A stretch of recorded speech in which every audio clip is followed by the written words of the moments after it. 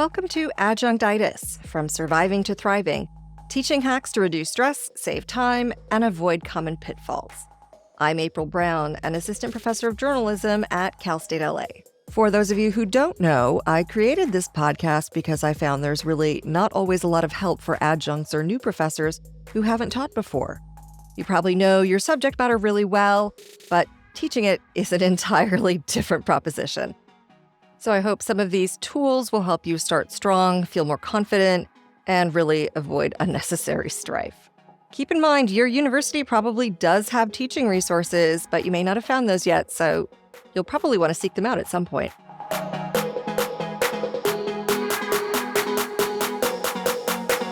Welcome to episode 7, What's an LMS and Why Do I Care? If you've been listening to the podcast, you may remember what it is. It's become ubiquitous, but chances are if you haven't been around higher ed for a while, it might be very unfamiliar. LMS stands for Learning Management System. I mentioned it briefly in earlier episodes. It's basically the online system used for organizing coursework, communication, and other educational-related things. I'm going to talk about some basic things you can do within it to make your life easier and prevent you from being bombarded with student questions. But first, as always, starting with a quick story. My prep for my first day of full-time teaching, not that long ago, 2016 actually, was really old school. I copied bits and pieces of the 3 previous syllabi I'd been given for this particular course into a document. I printed it out. I handed it out. I hadn't had time to look for a book I thought was appropriate, so I adopted the ones previous teachers used.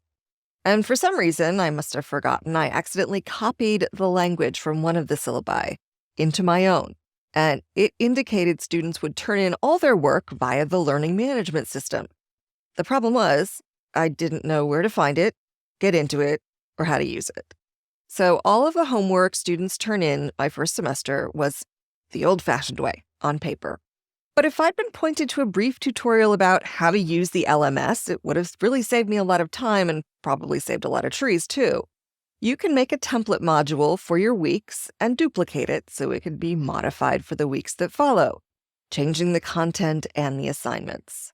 So my advice here is to invest a little time learning about it because it can pay off in a number of ways.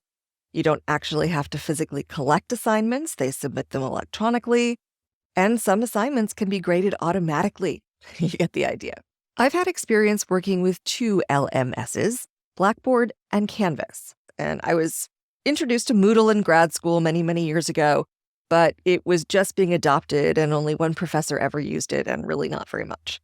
So I will be using Canvas as an example here. And in the pictures that I show you on the website under Teaching Tools Episode 7, these will be pictures of my Canvas course materials. When you get into the system, each course has kind of a shell, a place where you can put in everything you need for that course. Syllabus, assignments, quizzes, class material, videos, tutorials, things like that. It starts empty, and you can add things to it.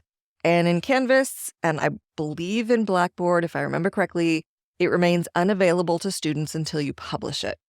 I like to have all my classes formatted the same way. Once students get familiar with it and they take another class from me, they know how it works. And I've created a video explaining how I use it to show those students as well. And you can see that in the Teaching Tools section on our website under Episode 7 too. I use a series of modules for my course, and the first few are basic information, like orientation material. A bit about me, how to contact me, how to find their grades. Again, that little video describing how I use Canvas for those who haven't been in my classes.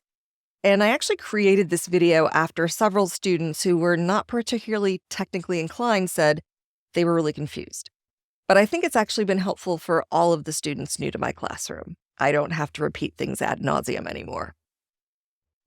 After that, it is the academic honesty module we talked about in episode 6. Every student has to pass with a 90% if they want to continue in the class. And I just found out something today that my university has come out with its own academic honesty series of information and quizzes that we can use in our classes. They will provide certificates for students who've passed. If your school has that, it might make more sense to use it than to adopt some of the materials that I've put on my website. At any rate, the third module is help and support, and it's curated links and information they might need that are all in one place. It covers everything from help with the LMS through our IT department, accessibility resources, advising, and even things like where to get assistance for more serious problems like food insecurity, housing, and mental health. That is followed by a weekly reading plan. And this only works, of course, if you have your entire semester planned out. But for those of you who do, it provides students a chance to see what's coming and get a head start if they want to. They usually don't, but you might have one or two. After that, the weekly modules, which are all formatted the same way. There's a section for what I plan to go over in class, and then a section for the week's assignments.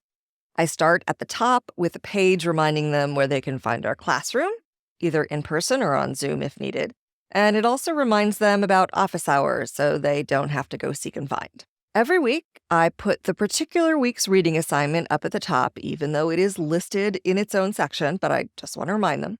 And after that, I include a weekly student well-being quiz. This was something my university's teaching and learning team suggested when we were teaching virtually as a way to check in on students because we never saw them in person and often didn't even see their faces. You could get more details about the quiz on the website, but it's a few questions about how they're doing and what their stress levels are like, what's working in the class and what isn't, things like that. Now, it's not required, but I do make completing those quizzes worth 2 bonus percentage points. If you'll recall, I do not give extra credit, and I explained why in episode 5, but I feel like this is really worth it. I try to read the answers and respond the morning of each class. I have these quizzes due at 11:59 on the same day each week, which is usually right before our last class of the week or our only class of the week in some cases. And it's really allowed me to address problems before they fester, direct students to help if they need it. And the students have told me it's been really important for them. It shows them that I care. My thought about this is, if it makes them more likely to succeed, it's the least I can do. And to be honest, it's something that a lot of them have actually mentioned when they get to do their student opinion surveys about how the class was during the semester. But let's go back to the weekly module. I use the class pages as an outline for what I'm talking about that day, and it's not unlike the outlines I'm providing for each of these episodes. You get a sense of the topic, what I'm planning to cover, and have a place to write notes if you want to. So for each class's Canvas page, I put the learning objectives at the top. It reminds me to make sure what I'm teaching and including is working toward those goals, and I hope it also reminds the students as well. The second thing I put in is questions you should be able to answer by the time the week's homework is due. Not all of the questions, but some important ones. This is almost exactly the opposite way I originally approached teaching because it was pretty much the way I was taught by teachers. They say stuff, we're supposed to figure out, for the most part, what's important and what isn't, and oftentimes we're supposed to memorize all of that too. But here's where my thinking shifted.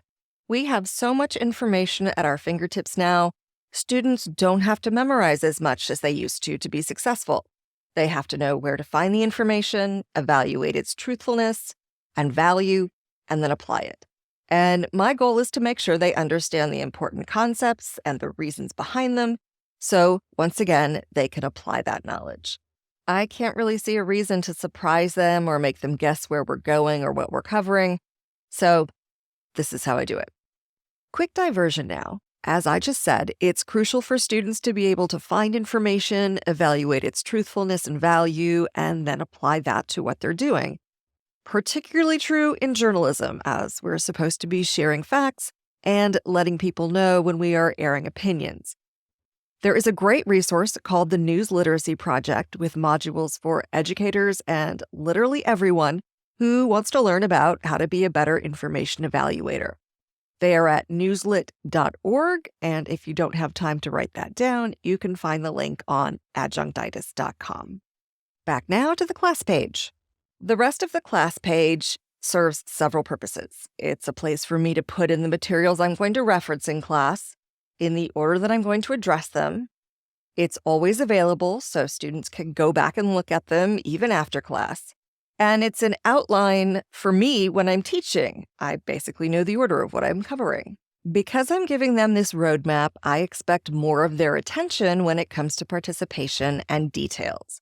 I do a lot of exercises in class, in groups, so they have a chance to talk about things amongst themselves and figure things out, that experiential learning. Those are not all the tools, and I'll have more on that later. We'll continue with LMS stuff in the next episode, and episode 9 will have things for you to consider using to start the semester strong in your first class.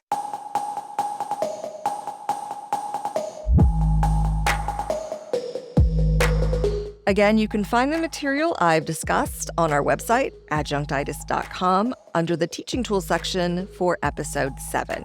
If you have questions or issues you'd like me to address, please send them to questions@adjunctitis.com.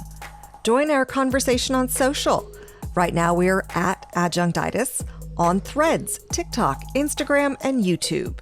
We are also on Facebook at facebook.com/adjunctitis. You can also use the hashtag Adjunctitis so we can form a community where questions can be asked and answered. If you enjoyed our podcast, please consider leaving a review and a rating. Those can help other people find us too. Please spread the word and help those who ask you for help. It's good teaching karma. Adjunctitis is a Look at It This Way production. I'm April Brown. Thank you for listening. Class dismissed.